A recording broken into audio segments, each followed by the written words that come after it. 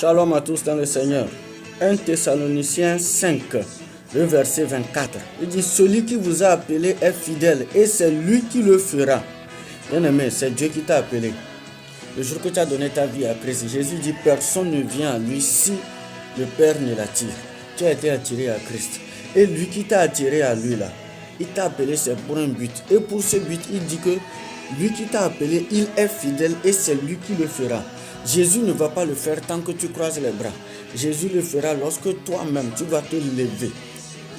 La Bible dit, lève-toi, toi qui dors.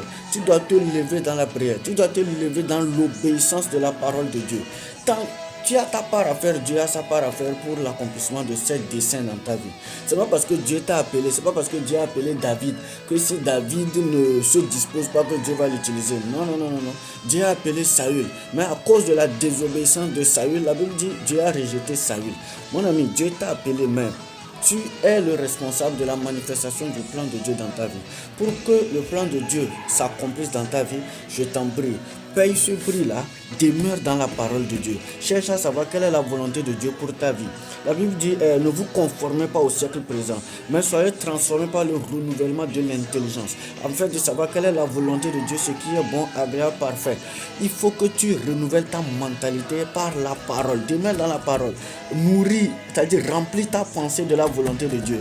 En ce moment, tu sauras discerner ce que Dieu veut de toi. Et lorsque tu commences à pratiquer ce que Dieu veut, le Saint-Esprit manifeste sa part. Car il dit, c'est Dieu qui produit en vous. Le faire et le vouloir seront son bon plaisir. Dieu fera ça lorsque je suis décidé à demeurer dans la parole. Et il n'y a pas de vie chrétienne sans la parole. Il n'y en aura jamais. Je vous en prie. C'est ça c'est ça, chrétien. Payons le prix dans l'obéissance. Et Dieu fera ce à quoi